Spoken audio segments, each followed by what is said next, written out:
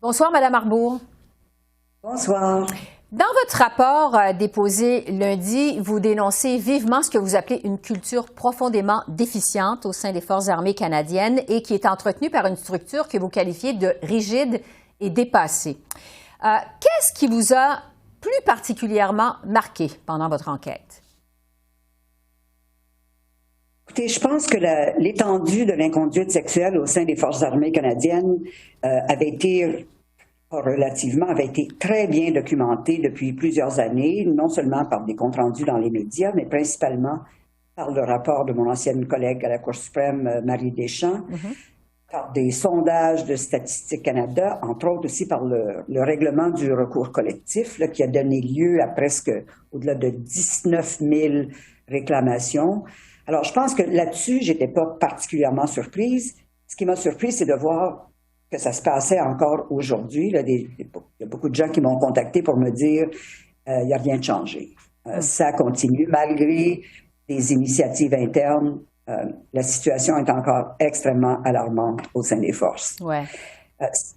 Oui, allez-y. Bien, parce que, justement, votre constat est affligeant. Vous parlez de culture toxique et sexiste dans les forces armées où beaucoup de femmes vivent du harcèlement, de la discrimination sur une base quotidienne.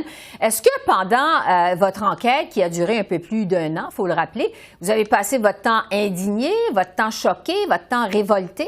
C'est à se poser la question. Non, je dois vous dire qu'on a passé beaucoup de temps, non seulement sur cette question-là, qui est choquante et révoltante, mais j'avais aussi comme mandat d'examiner toute la question du développement du leadership à l'intérieur des forces. Parce que vous savez qu'on s'est beaucoup préoccupé du fait que même dans les cadres seniors des forces armées, il y a eu des allégations très sérieuses d'inconduite.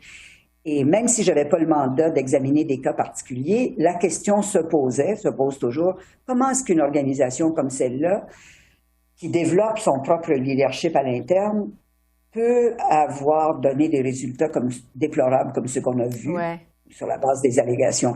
Et on a passé, en fait, beaucoup de temps sur quelque chose qui n'avait pas été fait auparavant, c'est-à-dire un examen très approfondi de toutes les questions qui touchent au recrutement, à la formation, à l'évaluation de la performance, tout ce qui touche aux ressources humaines, progression de carrière, promotion, sélection pour des promotions, pour essayer de comprendre comment une organisation qui est unique dans ce sens-là, il n'y a pas beaucoup d'organisations qui développent tout leur cadre senior entièrement à l'interne. Et donc, il faut qu'ils soient très bons à ça. Parce que, vous savez, les gens entrent dans les forces armées très jeunes, des fois à 17, 18 ans, 19 ans, et ils font toute leur carrière dans les forces. Et les forces armées ne peuvent pas recruter ni dans le secteur privé, ni chez leurs compétiteurs. Et donc, si on veut examiner un changement de culture, il faut aussi regarder toute cette question-là. Et ça a pris beaucoup de temps. Un examen, comme vous le dites, très approfondi. Parlons justement de vos recommandations. Il y en a 48. Une des principales, c'est qu'on retire complètement du système de justice martiale le traitement des plaintes pour inconduite sexuelle. Vous demandez finalement que ce soit une instance civile qui s'en occupe. Qu'est-ce que vous recommandez de différent, ou je dirais de plus, que votre ancienne collègue Marie Deschamps, qui a enquêté sur ce même problème en 2015? Vous savez, Marie Deschamps, elle n'avait pas dans son mandat l'opportunité d'examiner la justice militaire. Alors, je pense que la contribution qu'elle a faite, qui a été vraiment monumentale, ça a été d'exposer l'étendue de l'inconduite sexuelle dans une culture qu'elle a décrite comme étant hyper sexualisée, hyper masculine.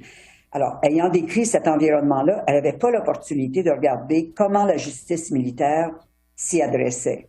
Et je dois vous dire, juste peut-être pour ajuster un peu votre question, j'ai pas recommandé que toute l'inconduite sexuelle soit à l'extérieur.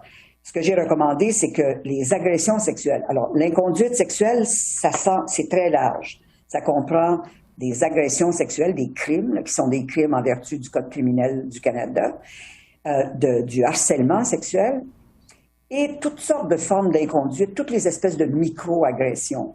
Alors, ce que j'ai recommandé, c'est que les agressions sexuelles, les crimes de nature sexuelle ne relèvent plus de la justice militaire, des cours martiales, mais que, comme pour tous les autres Canadiens, ça fait l'objet d'enquêtes et de poursuites devant les tribunaux les tribunaux civils, là, mais à vocation criminelle. Ouais. J'ai aussi recommandé que le harcèlement sexuel, quand il est de nature sérieuse, soit porté devant la Commission canadienne des droits de la personne.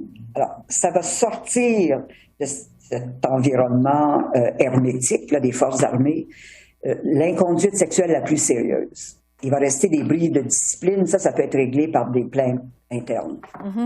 Bon, je veux vous entendre sur les collèges militaires parce que c'est un élément nouveau dans votre rapport. Vous parlez notamment de ce qui se passe au collège Kingston en Ontario, Saint-Jean au Québec, où les cadets sont majoritairement, bon, vous le rappelez, de jeunes hommes blancs originaires de l'Ontario et du Québec.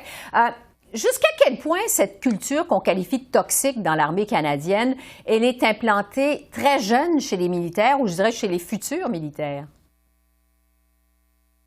On ne peut pas attribuer cette culture-là exclusivement au collège. Parce que d'abord, il faut bien comprendre que la moitié, un petit peu plus que la moitié des officiers passent pas par les collèges militaires. La formation des officiers dans les forces armées canadiennes, ça se fait beaucoup, majoritairement en fait, dans les universités civiles où des étudiants en même temps sont des cadets, des aspirants cadets et reçoivent leur formation militaire l'été, le soir, les week-ends pendant qu'ils poursuivent leurs études universitaires. Donc les collèges, ça forme présentement à peu près la moitié des officiers.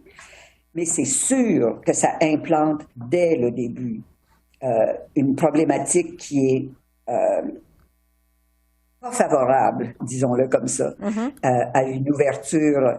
Il y a déjà dès le début dans les collèges militaires, moi ce que j'appellerais des tensions entre des grandes aspirations très positives, l'honneur, la vertu, le courage, la loyauté, et une réalité vécue qui véhicule le message complètement inverse. Ouais. Don't get caught. Hein? Faites-vous pas attraper. C'est ça la culture. OK. Le temps file. Je vais vous entendre sur les suites à votre enquête. Ça fait des années, donc, qu'on parle des problèmes d'inconduite sexuelle dans l'armée canadienne. Il y a eu un premier rapport, évidemment, de votre collègue, Mme Deschamps, en 2015. Vous arrivez avec votre propre rapport 7 ans plus tard. L'opposition à Ottawa reproche au gouvernement, on le sait, de s'être traîné les pieds pendant 7 ans. Avez-vous espoir que votre enquête va finalement changer les choses? Ou jusqu'à quel point vous avez espoir que votre enquête va finalement changer les choses? Étant donné que j'étais très consciente de l'inertie avec laquelle les forces ont répondu aux centaines de recommandations qui leur ont déjà été faites dans les années dernières, ils ont des tableaux pleins de recommandations. Certaines de ces recommandations sont maintenant complètement dépassées, d'autres sont contradictoires. J'étais très consciente de ça. Alors, j'ai fait quelques recommandations sur le processus que la ministre a dit qu'elle acceptait. La première, c'est que la ministre doit dire d'ici la fin de l'année au Parlement canadien quelles sont les recommandations parmi les miennes qu'elle n'accepte pas, sur lesquelles elle n'a pas l'intention d'aller de l'avant. Moi, je pense que ça va déjà nous donner beaucoup de clarté. La tradition dans le passé, c'est de dire oui, on va bouger là-dessus, puis le reste, on va étudier ça. Et puis là, ça reste dans le cimetière des recommandations. Alors, je pense qu'au moins, on va avoir un peu de clarté là-dessus. J'espère bien que la réponse, c'est on va tout mettre en œuvre, mais au moins, on va avoir beaucoup de clarté. Et j'ai recommandé également, et la ministre a accepté, qu'il y ait un contrôleur externe qui soit nommé pour suivre la mise en œuvre, la mise en application des recommandations que le gouvernement accepte.